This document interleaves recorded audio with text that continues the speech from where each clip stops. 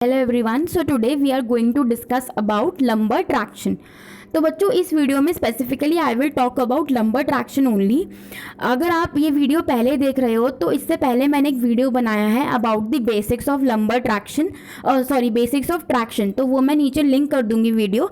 आप एक बार जाके पहले उसको देख लो तो आपको एक जो बेसिक आइडिया होता है ट्रैक्शन का, उससे रिलेटेड जितने भी टर्म्स हैं वो मैंने सारे वहाँ पे अच्छे से एक्सप्लेन किए हैं. तो आप एक बार वहाँ जाके देख लोगे तो आपको ये वाली वीडियो ज़्यादा अच्छे से समझ आएगी. Also, if you want to take personalized classes from me, ठीक है, along with proper notes updated with the recent researches, तो आप मुझसे नीचे दिए गए मेल पे कांटेक्ट कर सकते हो. Now we will proceed towards lumbar traction. तो बच्चों ट्रैक्शन बेसिकली क्या होता है, सबसे पहले हम ट्रैक्शन को जानेंगे. आपको एक ब्रीफ ओवरव्यू दे देती हूँ about traction. So what is traction? तो ट्रैक्शन एक लॉन्गिट्यूडनल फोर्स होती है जो हम स्पाइनल सेगमेंट्स के ऊपर लगाते हैं ताकि हम जो वर्टिब्राज हैं उनको डिस्ट्रैक्ट कर सकें. जब यही फोर्स हम स्पेसिफिकली लंबर स्पाइन के ऊपर लगाते हैं तो उसे हम कह देते हैं लंबर ट्रैक्शन. ठीक है, तो ये हम कर किस किस से सकते हैं. एक मोटराइज यूनिट होता है, ठीक है, और इसको हम कंटिन्यूसली और इंटरमिटेंटली यानी कि ऑन ऑफ फेज में भी लगा सकते हैं. It can also be applied by the clinician, that is the therapist, weights और by the gravity. So to be effective, lumbar traction must overcome the weight of lower extremities, pelvis, the soft tissue tension produced by the paraspinal muscles. तो क्योंकि cervical traction में तो बच्चों देखो क्या होता है ना कि सिर्फ हेड का ही वेट होता है जो आपको ओवरकम करना होता है. बट अगर आप लंबर स्पाइन के ऊपर ट्रैक्शन दे रहे हो तो there are various other things. ठीक है, चीज़ें बढ़ जाती हैं, बॉडी वेट बढ़ जाता है जैसे जैसे आप नीचे आते हो, as you progress from head to toe. ठीक है, तो इसलिए यहाँ की जो टेंशन होती है, जो फोर्स होती है वो ज़्यादा लगती है as compare to the cervical spine traction.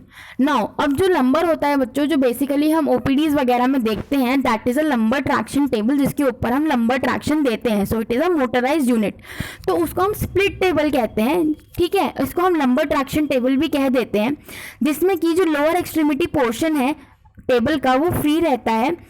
To glide on a track reduces the influence of friction. क्यों? ताकि वो जो बॉडी और टेबल के बीच का फ्रिक्शन है उसको रिड्यूस कर सके. तो कुछ इस तरीके से आपकी लंबर ट्रैक्शन टेबल दिखती है. दो इसमें आप सर्वाइकल ट्रैक्शन भी दे सकते हो पेशेंट को. So manual traction can be applied using a belt that allows the clinician body weight to help deliver the force. तो इसमें आपको पता है, आपने देखा भी होगा ओपीडीज के अंदर कि हम बेल्ट लगाते हैं, ठीक है, पेल्विस के ऊपर, एब्डोमेन के ऊपर और एक थोरैक्स के ऊपर. और ये होता है बच्चों मैनुअल लंबर ट्रैक्शन, जिसमें आप मैनुअली पेशेंट का जो लंबर स्पाइन है उस पर ट्रैक्शन दे रहे हो. तो इसमें क्या होता है ना बच्चों, चाहे आप कोई भी मेथड करो, चाहे आप मोटराइज यूनिट से दो, ट्रैक्शन टेबल पर रख के दो, या आप मैनुअली दो, पेशेंट को जो हार्नेस है वो पहनना ही पड़ेगा. ठीक है, और आपको उसका जो थोरैक्स है उसको भी स्टेबलाइज करना ही पड़ेगा, तभी अच्छा आपको लंबर स्पाइन में ट्रैक्शन फील होगा. सो this is the harness which I was talking about. ठीक है, अब बच्चों एक होता है इन्वर्जन ट्रैक्शन. तो ये क्या होता है? It is a technique in which the patient is suspended upside down by the ankle और leg. It was a popular method of elongating the lumbar spine. पर ये मेथड हम हर पेशेंट के ऊपर अप्लाई नहीं कर सकते. ठीक है, इसलिए इसको हम इतना यूज़ नहीं करते हैं. देखो मतलब उल्टा कर देना, तो ये हम हर पेशेंट के ऊपर नहीं अप्लाई कर सकते, तो it is not commonly used. अब एक होता है बच्चों ग्रेविटेशनल ट्रैक्शन. तो इसमें क्या होता है ना, पेशेंट जो होता है वो अपराइट होता है, ठीक है, and this method does not carry with it the cardiovascular problem. तो जो इन्वर्जन वाले ट्रैक्शन में हमको प्रॉब्लम आ रही थी कि हाइपरटेंसिव जो पेशेंट्स हैं या फिर जिनको कार्डियक प्रॉब्लम्स रहते हैं उनको हम नहीं दे पाते, ये वाला ट्रैक्शन हम उन पेशेंट्स को दे सकते हैं. So it is capable of increasing the posterior disc space between L1 and S1 by 31 mm. तो इस तरीके से बच्चों हम ग्रेविटेशनल ट्रैक्शन दे सकते हैं. Then is the auto traction. अब ऑटो ट्रैक्शन क्या होता है बच्चों? When a patient self administers gravitational traction it is known as auto traction. जैसे कि हैंगिंग फ्रॉम अ बार और supporting the weight of the body on the arms of a chair और between parallel bars, इसको हम कहते हैं auto traction. But इसमें जो पेशेंट की अपर बॉडी की स्ट्रेंथ है वो बहुत अच्छी होनी चाहिए. देखो जैसे इस तरीके से कि हम बिल्कुल हैंग कर रहे हैं, जैसे बच्चे झूला झूलते हैं ना, दो पैरेलल बार्स के बीच में लटक रहे हैं, ठीक है, ऊपर उठ रहे हैं हाथों के स्ट्रेंथ के थ्रू. तो इसलिए हमें इसमें अपर बॉडी की स्ट्रेंथ चाहिए होती है. Then one is the unilateral traction. तो ये हम कब यूज़ करते हैं, जब the patient has functional scoliosis of the lumbar and thoracic spine. तो जो टेंशन है वो हम कहाँ अप्लाई करते हैं, over the convex side of the scoliosis, ठीक है। और जो अपोजिट साइड है वहाँ पे तो कॉन्केव साइड ही होगा, वहाँ पे मसल्स को हमें इलोंगेट करना है। So traction is not considered to be effective for the treatment of structural scoliosis. तो जब भी आप ट्रैक्शन दोगे तो it is for the functional scoliosis and not for the structural scoliosis, ठीक है बच्चों। नाउ द ट्रीटमेंट पैरामीटर्स जो हमें देखने होते हैं, it is the tension and patient position and angle and pull. तो टेंशन हमें तो primary difference between cervical and lumbar traction is the increase amount of tension in the lumbar vertebrae, जो कि मैंने आपको बताया था, क्योंकि जो लंबर स्पाइन है वहाँ पे हमारा वेट जो होता है वो ज़्यादा हो जाता है, क्योंकि सर्वाइकल स्पाइन को सिर्फ हेड का ही वेट मैनेज करना है, बट लंबर स्पाइन पे और भी सारे स्ट्रक्चर्स आ जाते हैं जिनका वेट मैनेज करना होता है फिर। So when lumbar traction is applied using a standard plinth, approximately 1/2 of the force is required to overcome the weight of the body part, यानी कि हाफ फोर्स लगानी है हमें, ठीक है। यानी कि अगर पेशेंट का लोअर एक्सट्रीमिटी और पेल्विस जो है 100 अभी का है, तो वर्टिब्रल सेपरेशन जो होगा उसका एटलीस्ट हाफ होना चाहिए, 50% होना चाहिए, यानी कि 50 का होना चाहिए, जो टेंशन अप्लाई करनी चाहिए।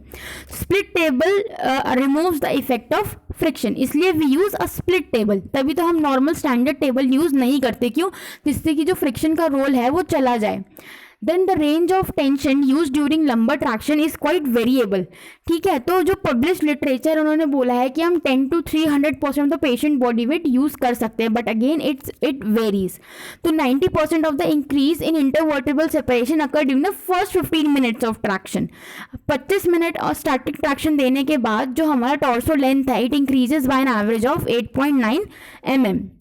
Then the second parameter is patient position and angle of pull, ठीक है। तो जो लंबर ट्रैक्शन है वो हम पेशेंट को प्रोन या सुपाइन किसी भी पोजीशन में लगा सकते हैं, ठीक है बच्चों। तो पोजीशन क्या हुई, सुपाइन या प्रोन। अगर मैं सुपाइन पोजीशन की बात करूं तो जो ये पोजीशन है it increases the lumbar flexion, ठीक है, लंबर स्पाइन पे फ्लेक्शन इंक्रीज कर देती है। Flexing the hip and knee further increases flexion of the lumbar spine and pelvis flattening, जिसकी वजह से लंबर स्पाइन की फ्लैटनिंग हो जाएगी। अगर मैं हिप को फ्लेक्स कर रही हूँ इन 45 to 60 degrees, it increases the laxity in the L5-S1 segment, 60 to 70 degrees in the L4-L5 segments and 75 to 90 degree in the L3-L4 segment। अगर मैं हिप्स को फ्लेक्स कर रही हूँ तो 90 डिग्रीज, तो it increases the posterior intervertebral space also. Lumbar spine में extension opens the facet joint and increases distraction in the upper lumbar and possibly the lower thoracic segments. So this is the supine position traction. अब इसमें आप देख सकते हो कि इन्होंने hip का जो फ्लेक्शन है वो कितने वेरी कर सकते हो आप, डिपेंडिंग अपॉन कि आपकी पेशेंट को क्या पैथोलॉजी और क्या कंडीशन है। देन जो प्रोन पोजीशन है, it is used when excessive flexion of the lumbar spine and pelvis और लाइंग सुपाइन कॉजेज पेन और इंक्रीज पेरिफेरल सिम्टम्स, ठीक है। So increase amount of distraction occurs in the lower lumbar segment when the patient is prone. So this position has the advantage of allowing other modalities to be applied concurrently with the traction, जो कि आप supine position में नहीं दे सकते हो, जैसे कि इस डायग्राम में आपको दिख रही है proper prone position of the lumbar traction। Then anterior angle of pull increases the amount of lumbar lordosis। अब posterior angle of pull increases lumbar kyphosis, ठीक है, इस चीज़ का आपको ध्यान रखना है। अब इसके इंडिकेशंस क्या हैं, nerve root compression, radicular pain, herniated intervertebral disc, degenerative disc disease, lumbar muscle spasm, OA या facet joint inflammation, facet joint pathology, hypomobile हो जाए अगर वो। कॉन्ट्राइंडिकेशंस क्या है, acute injury, unstable spinal segment, cancer, meningitis, extruded disc fragmentation, advanced disc degeneration, spinal cord compression, RA and conditions that worsen after the application of lumbar traction. Precaution क्या देना है आपको, पेशेंट को क्लोजली मॉनिटर करना है। अगर patient को symptoms आ रहे हैं ड्यूरिंग ट्रैक्शन तो आपको डिसकंटिन्यू करना है, ठीक है। अगर लंबर मोशन कॉन्ट्राइंडिकेटेड है, लंबर स्पाइन पे कोई मूवमेंट नहीं होनी, तो आपको सस्टेन्ड और कंटिन्यूस ट्रैक्शन ही सिर्फ देना है। Treatment duration again very. Facet joint pathology के लिए we give only for 25 minutes, degenerative disease के लिए we give only 10 minutes, disc protrusion के लिए 8 to 10 मिनट्स, मसल स्पाज्म के लिए 20 minutes, but however it changes and varies according to the patient condition. Primary effects क्या होंगे कि ये इलोंगेट करता है लंबर वर्टिब्रे को, जिसकी वजह से जो इंटरवर्टिब्रल डिस्क है और जो फेसेट जॉइंट्स हैं उनके ऊपर प्रेशर कम हो जाता है। It aids in the reabsorption of the nucleus pulposus and it relieves pressure on the spinal nerve root, जिसकी वजह से जो इम्पिंजमेंट होती है वो नहीं होती। Then is the setup and application. तो इसको हमने 3 पार्ट्स में करना है, patient preparation, initiation of treatment and termination of treatment. तो प्रिपरेशन ऑफ पेशेंट हमें कैसे करना है, सबसे पहले देख लेना है कि पेशेंट के अंदर कोई कॉन्ट्राइंडिकेशन तो नहीं है, उसका बॉडी वेट हमें कैलकुलेट करना है, ठीक है। स्प्लिट टेबल यूज़ कर रहे हैं तो उसका जो लोअर सेक्शन है उसे अनलॉक कर देंगे ताकि वो स्लाइड हो सके। जो क्लोथिंग है, पेशेंट को हमें प्रॉपर क्लोथिंग पहनानी है जिसकी वजह से वो इंटरफेयर ना कर सके विद द ट्रैक्शन, ठीक है। जो पेशेंट का हॉल्टर है, ट्रैक्शन का हॉल्टर है, उसको अच्छे से फिट करना है, हमें स्टेबलाइज करना है हमें पेशेंट को अच्छे से टॉर्सो, ठीक है, थ्रू 8 to 10 रिब, ठीक है। Necessary drape the patient for modesty, ये इस चीज़ का आपको बच्चों हमेशा ध्यान रखना है। अगर आप स्प्लिट टेबल यूज कर रहे हो तो align the target spinal segment over the opening between the fixed and the mobile portion of the table. इसी में बहुत बच्चों कंफ्यूजन रहती है, तो आपको इस तरीके से अलाइन करना है वो। Position the patient hip and knee position. Then angle of pull आपको अच्छे से देखना है, पेशेंट को सुपाइन में लेना है, प्रोन में लेना है, वो आप देखोगे। एंगल ऑफ पुल अकॉर्डिंगली दोगे। जो सेफ्टी स्विच है आप पेशेंट को वो आप उसको दोगे, उसको अच्छे से समझाओगे आपको क्या क्या चीज़ें फील होनी चाहिए, और अगर आपको कोई भी डिस्कम्फर्ट फील हो या फिर वर्सनिंग हो तो आपको बता देना है मुझे। फिर आप इनिशिएट करोगे, सबसे पहले आपके सारे कंट्रोल 0 पे रहेंगे, ठीक है। फिर आप टाइप सेलेक्ट करोगे लंबर, ठीक है। आप रेशियो एडजस्ट करोगे ऑन ऑफ सीक्वेंस का, approximate 25% of the body weight आपको देना है, ठीक है। If the setting is adjustable set the low tension. जैसे जैसे पेशेंट आपको बताता रहेगा आप उसे कम या ज़्यादा कर सकते हो depending upon the condition of patient. Duration set करना है, then initiate the treatment. Now the tension में भी gradually increase during subsequent cycles, but अगर पेशेंट को डिस्कम्फर्ट फील हो रहा है तो आपको उसे वापस ले आना है, इंक्रीज नहीं करना, ठीक है। रेगुलर इंटरवल पे आपको पेशेंट को जाके पूछते रहना है। Then termination of treatment. तो टर्मिनेशन में आपने ग्रेजुअली टेंशन कम करी, 3-4 साइकिल में आपने स्लैक को छोड़ा, केबल को छोड़ा, वापस स्लैक में टर्न ऑफ कर दिया। आपने ट्रैक्शन रिमूव करना है और जितने भी हार्डनेस है वो रिमूव कर देनी है। देन आपने पेशेंट से क्वेश्चन पूछना है कि आपको कोई वॉमिटिंग, नोजिया, कोई और कॉम्प्लिकेशन तो आपको नहीं फील हो रही। पेशेंट को आपको एकदम से उठाना नहीं है, आप उसको बोलोगे कि आप 5 मिनट लेटे रहो, फिर आप करवट लेके फिर उठना। उसके बाद आप पेशेंट की सारी जो इन्फॉर्मेशन है उसको पेशेंट की मेडिकल फाइल में नोट डाउन करोगे। Then maintenance after each use at regular interval and annually. Each use के बाद आपको क्या करना है कि जो यूनिट है उसको क्लीन करना है अच्छे से, और लिक्विड्स को नहीं यूनिट में एंटर नहीं होने देना। रेगुलर इंटरवल पे आप उसके जो इलेक्ट्रिकल पावर कॉर्ड्स हैं वो चेक करते रहोगे, रिकैलिब्रेट करोगे यूनिट को, हार्नेसेस को क्लीन करोगे। Annually the traction device must be inspected and serviced by an authorised technician. आपको इन सब चीज़ों का ध्यान रखना है। Thank you so much.